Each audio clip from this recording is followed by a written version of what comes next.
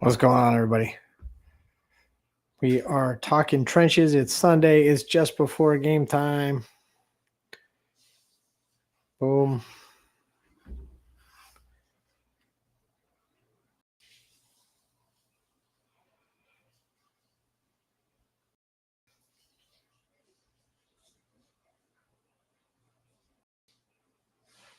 Let's go.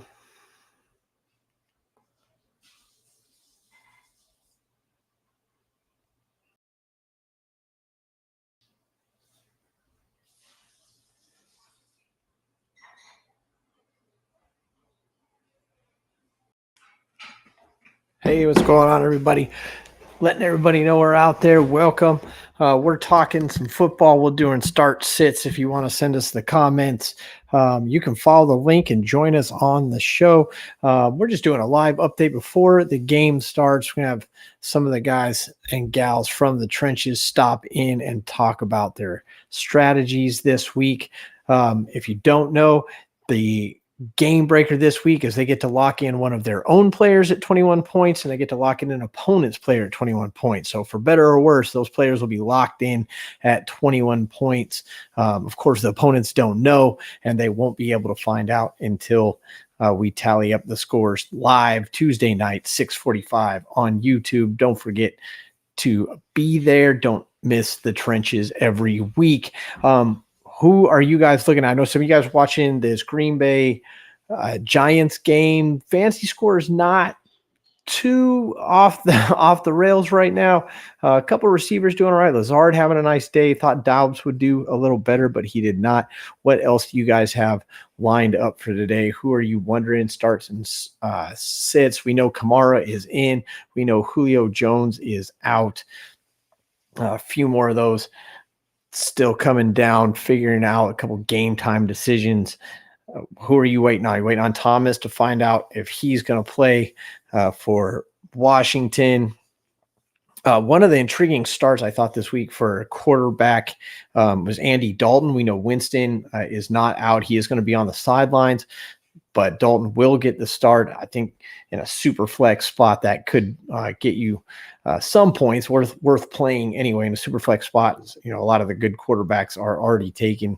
Who'd you guys start that you wouldn't normally start? Who are you guys throwing in there or not sure about throwing in there this week? Let us know. All you got to do is type it in the chat. It'll pop right up, or you can just follow that link that we put in the description and join us right on the show from wherever you're at. We'll talk some football. Couple people from the trenches should be stopping in, talking about their strategies for this week. Just another crazy week. Luckily, nobody's rosters are getting rocked this week. Curtis Samuel or Devonta Smith. That's a really good one. I'll tell you what, normally I would have said Curtis Samuel, I think, but I was looking at the shadow report this week, and Arizona is moving some DBs around. They sent one guy, one of their starters, actually down to the practice squad and left Melon up. Melon's going to be covering inside slot, and so the perimeter receivers are, the perimeter DBs are actually a little weaker this week, and so you're going to see a lot of work on the perimeter. So look for a good day from A.J. Brown and Devonta Smith. Obviously, A.J. is going to get most of the attention, so I think Devonta is going to catch some balls. I think you're at a push here. I think if you played either one, you would be okay, to be perfectly honest. I think you're going to get probably about the same thing, but it's that surprise touchdown that you weren't expecting. And I see that coming more out of the Arizona-Philly game, a little more air yards and stuff happening there than maybe the Washington-Dallas game, where I think you're going to see a little lower output and such. So I'm a Devonta Smith guy this week. I don't know. I know you guys have already done your show, Trey. Where are you going on this one? You guys probably got asked this on your show, Trey, over there at Fourth and Flex. Go check those guys out, Fourth and Flex podcast, and on YouTube. You guys almost at 1,000 subscribers. So if you're not subscribed to Fourth and Flex, if you're not subscribed to Armchair Athletics, go subscribe to them, and then you'll find the Fourth and Flex podcasts on there, and you just click over there and you subscribe to them too. Let's get Fourth and Flex up to 1,000, get them that little notch in their belt. But Trey, where did you go this week between Curtis Samuel and Devonta Smith? Let us know. Let the people watching know, because I always like your analysis, and I'd love to see where you get. Trenches guys chiming in here, letting us know who they're going to play. Not everybody has turned in. Some people being a little strategic. Again, 21 points locked into one of their players, and 21 points locked into one of their opponent's players. Obviously, you're trying to hold one of your opponent's players down to 21, and then raise one of your own up from 21. Trey chiming in on his own question for Curtis Samuel and Devonta Smith. He's making me feel like Samuel has a better floor, but Smith has a higher ceiling. Exactly. He's going with Samuel because that's who because he's predicted to win.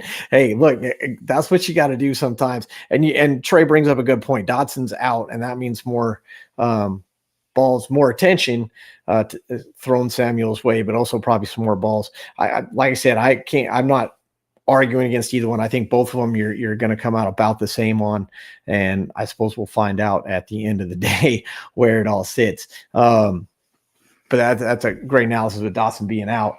Dotson obviously taking big targets there. That's going to leave a nice target share out there for Samuel. So again, either way, I think you're good. It looks like Elio from Average Joe Sports is going to join us a little bit later, so be here for that and hear how Elio's handling the game breaker this week. He's probably sitting there trying to analyze who he wants to lock in on his own roster at 21 and on his opponent's roster, the game breaker for the trenches this week. Trey says if he was the underdog this week in his matchup, he might go ahead and take the chance on Smith, going a little more sure-handed, more comfortable. He feels like Samuels is a little more of a sure thing on points, and Devonta a bit more of a chance. And I totally get the feeling. And if I hadn't read the Shadow Report, like I said, I would have definitely immediately answered Curtis Samuel. But reading how Arizona's moving those DBs around, some guys might not be used to playing those spots. And so and again, being an aired out game, I'm just giving a slight edge to Devonta.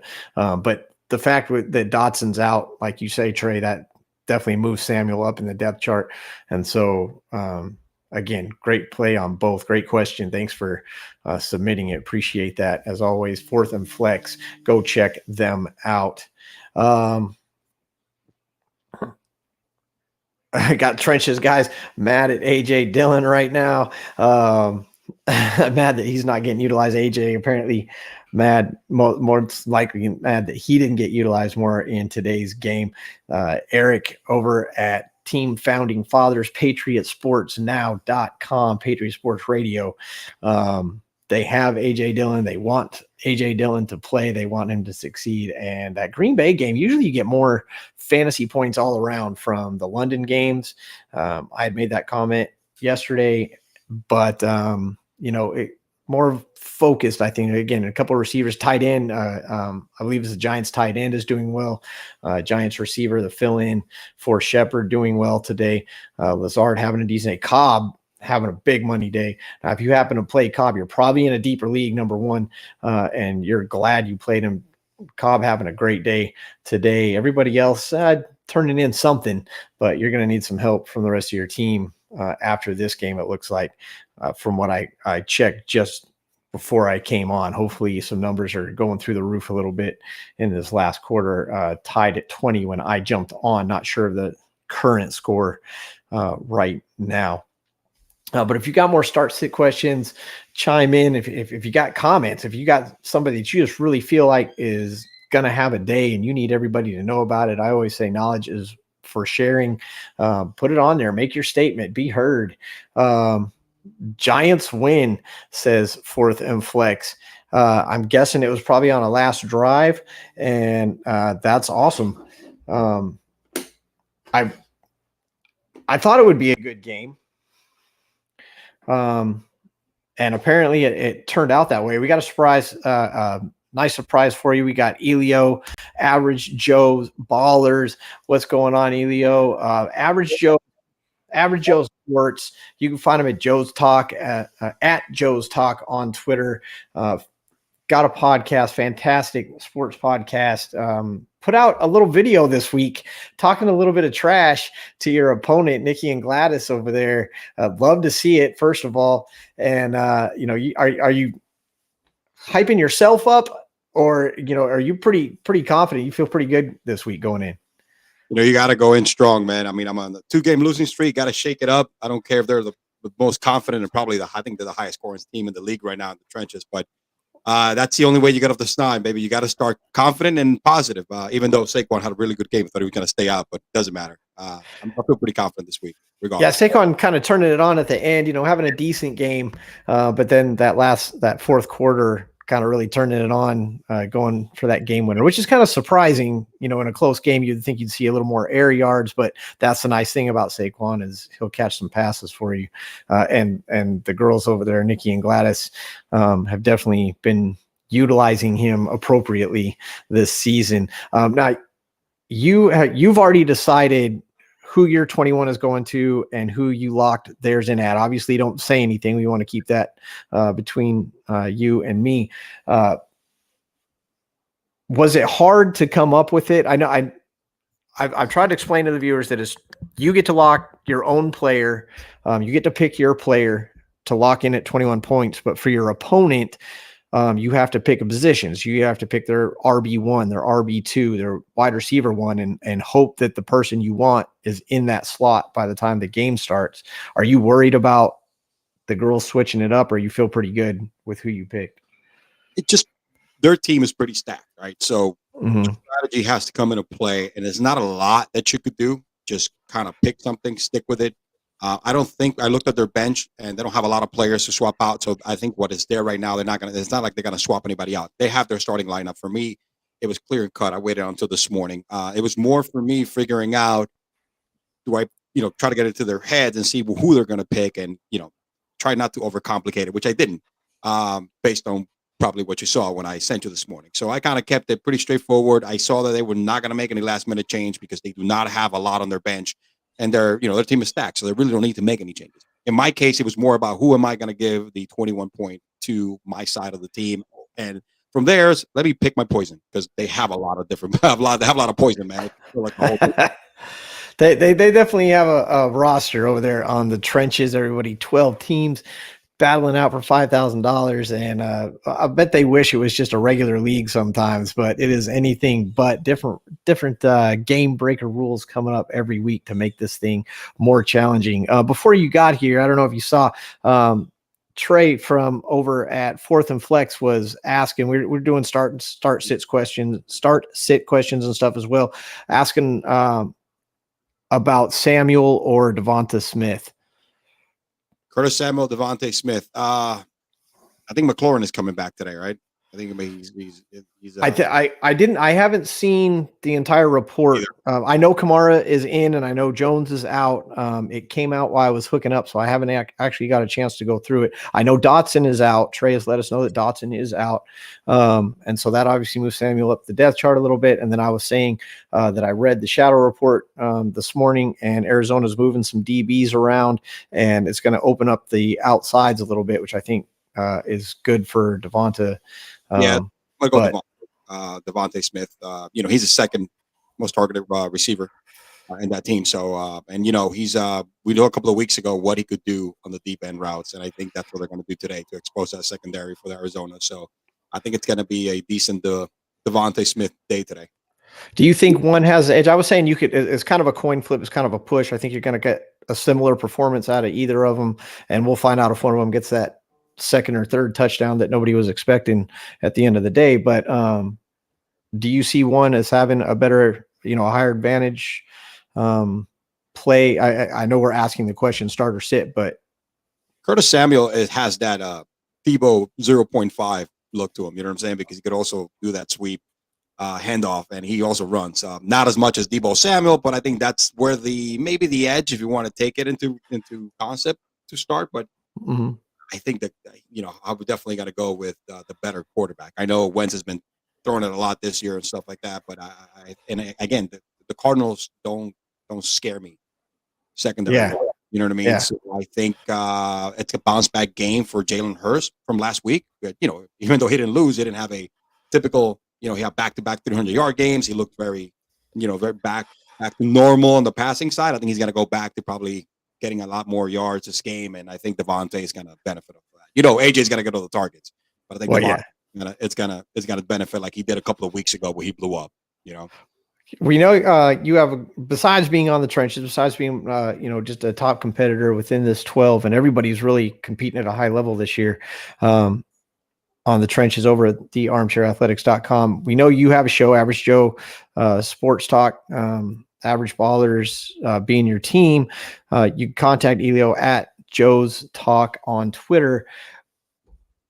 Do you have, what are your hot takes that you've kind of been concentrating on leading up into this week?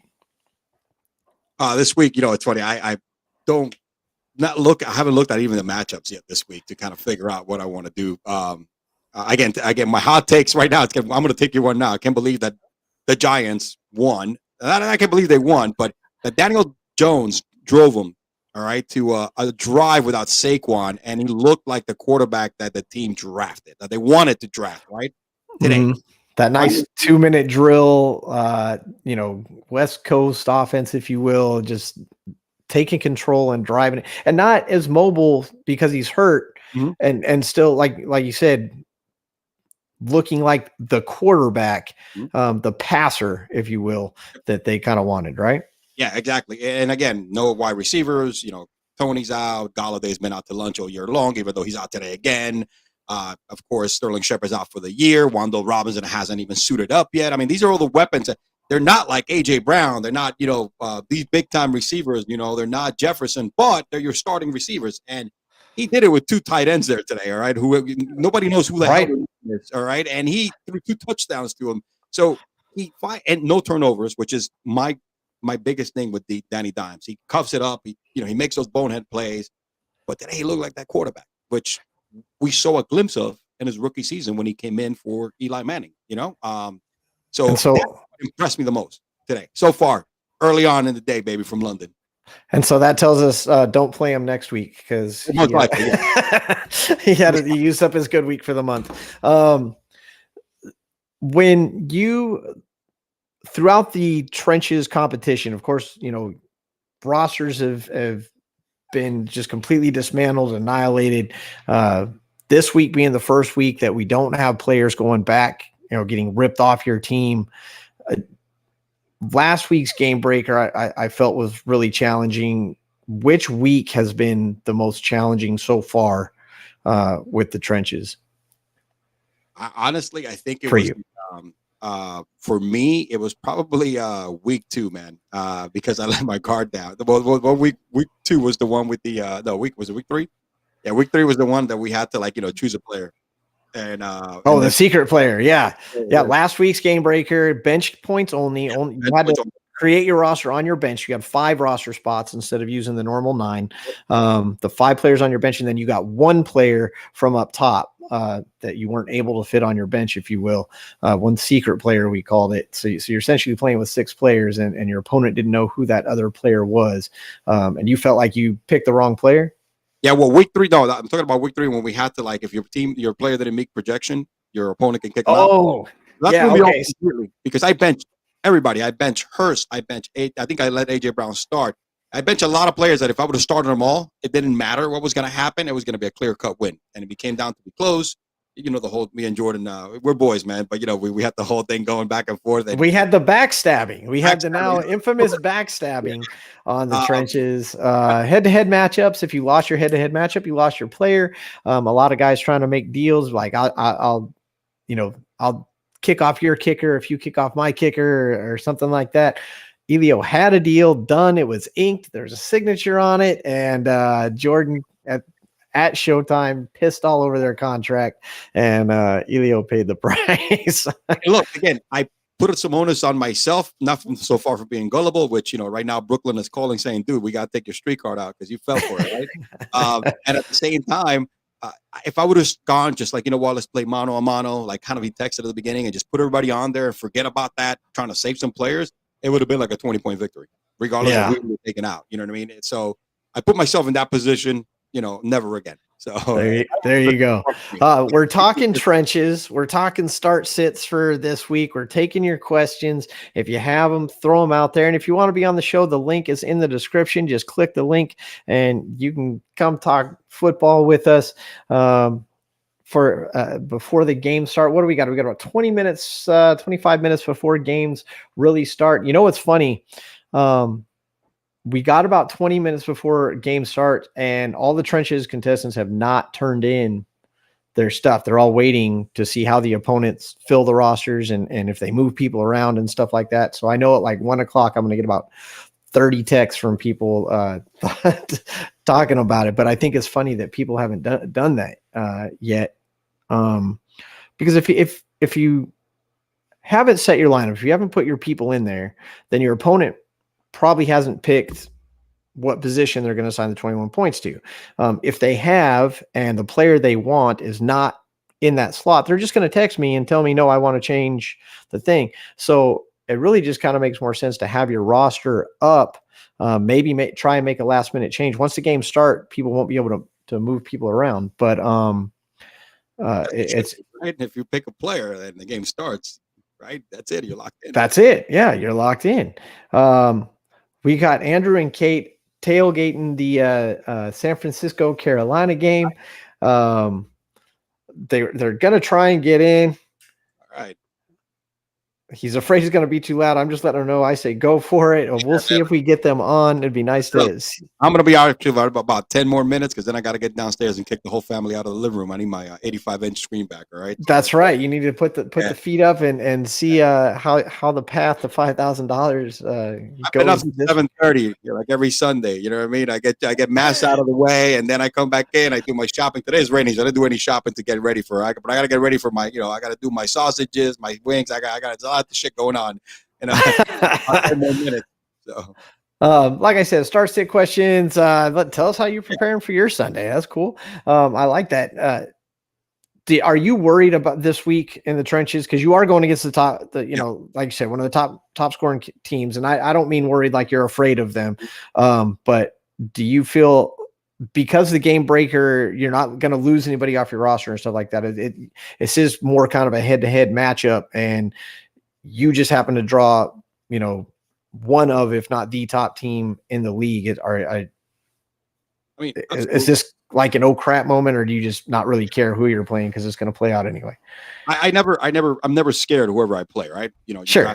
Way, and I mean, this is a little different competition. Trust me. I mean, if anybody, people should. Anyway, let me throw a quick plug. Go out there and check it out because it is one of the most insane competitions because it just takes everything out of the normal. I don't care how good of a football player, a fantasy football player you are. Yeah. It takes strategy to a whole different level, right?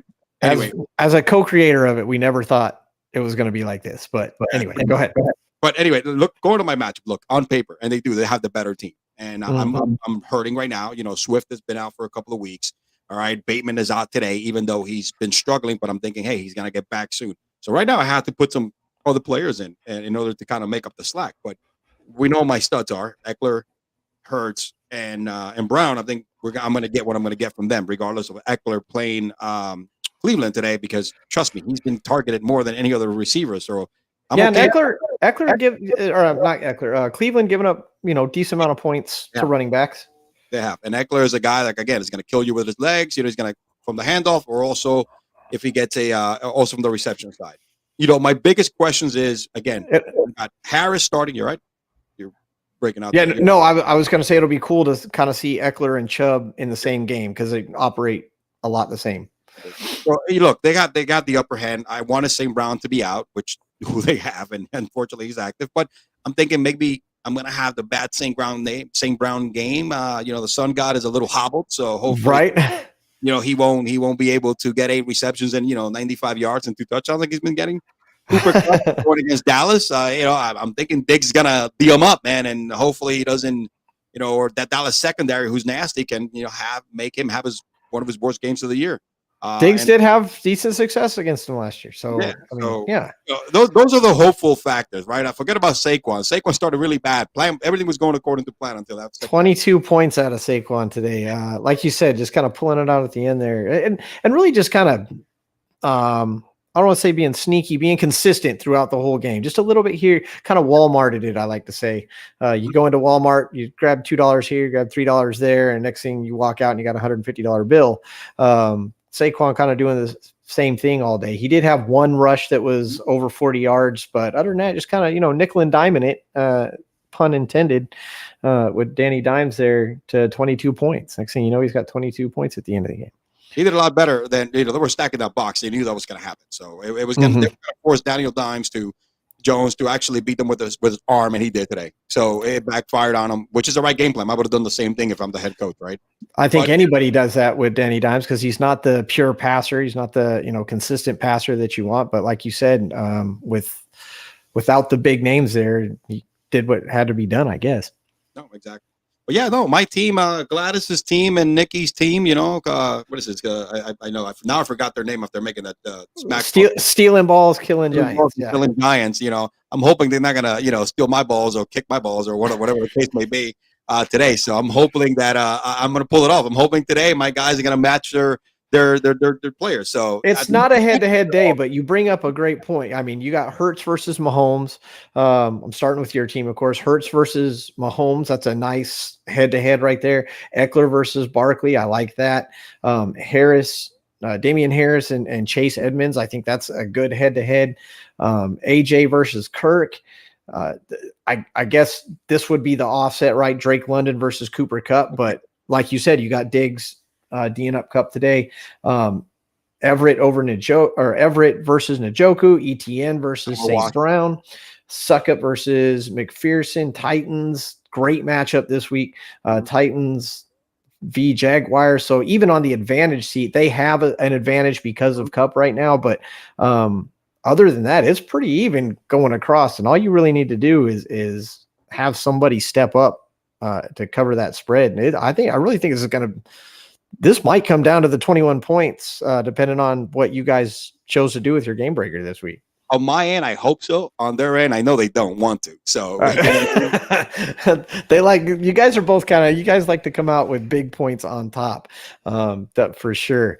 Elio, I know you got a roster to set up. I know you got a family living room to reclaim. I appreciate you joining the show. Elio, let me get this right because I'm looking at your name. I'm looking at Average Ballers. Average Joe Sports podcast, anything, all sports, not just football. Right. You do it all. You do baseball, you do basketball, you do the whole thing. Fantastic podcast, by the way. I love listening to it. And you can tweet him at Joe's Talk on Twitter. If you got anything else, plug it now before you go rampage through your living room. You got it, man. Hey, he covered it all. It's Joe's_talk on Twitter. Follow me there for all the madness. Again, I do nothing but sports all the time. And it's a variety sports talk. Yeah, majority will be NFL and, NBA, MLB. Because that's where we're at right now. Exactly. But I do a lot of, it depends on the season. I hit anything that's trending, that's buzzing. And then, again, because it's an average Joe done by it's a sports talk done by an average Joe. For the average Joe, I talk whatever the hell I want to talk about that piques my interest. So that's pretty much what the average Joe sports talk show is all about. Elio, stick around or head out if you need to. I'm going to bring Andrew and Kate tailgating at the game on location in Charlotte. Beer in hand. No, you're fine with that one. You're not on the Trenches show itself, so you can. I'm drinking a beer too. How's it's a little overcast today, but how is game conditions for the fan? I can't tell if you're talking to us or not. It's a little hard to hear. It's a little crazy. The Niners have kind of taken over downtown Charlotte. So you can email it to them. Hearing, you're probably going to hear everything that's going on around us. But repeat the question one more time. I was just asking. I know it's overcast. It's a little chilly in the Carolinas today. How game conditions? What can we expect? Fantasy people are watching. They want to know how their Niners are going to perform. How's it looking out there? I think I think the Niners are going to perform well today. Show off my shirt. I think we got our newest 49er fan until Baker Mayfield and Matt Rule are gone, at least. Someone lost a bet. But I think the Niners defense is going to thrive today. I think with the weather being as it is, Baker Mayfield's going to try and throw the ball, and Nick Bosa is going to bat down about every pass he tries to throw. So I wouldn't start Baker Mayfield, and I wouldn't start DJ Moore. So that's probably our input. I mean, on the ground in Charlotte, we got Andrew and Kate. How are you guys feeling about your matchup? I know you guys can't talk about the 21 points on your side or the other, but aside from those 21 points, how are you guys feeling about your matchup this week? We're feeling pretty good. Yeah, I feel like it's a good week. I think we got a decent lineup starting. I think we've made some smart moves when it comes to the game breaker. I think our opponent is a little behind the power curve.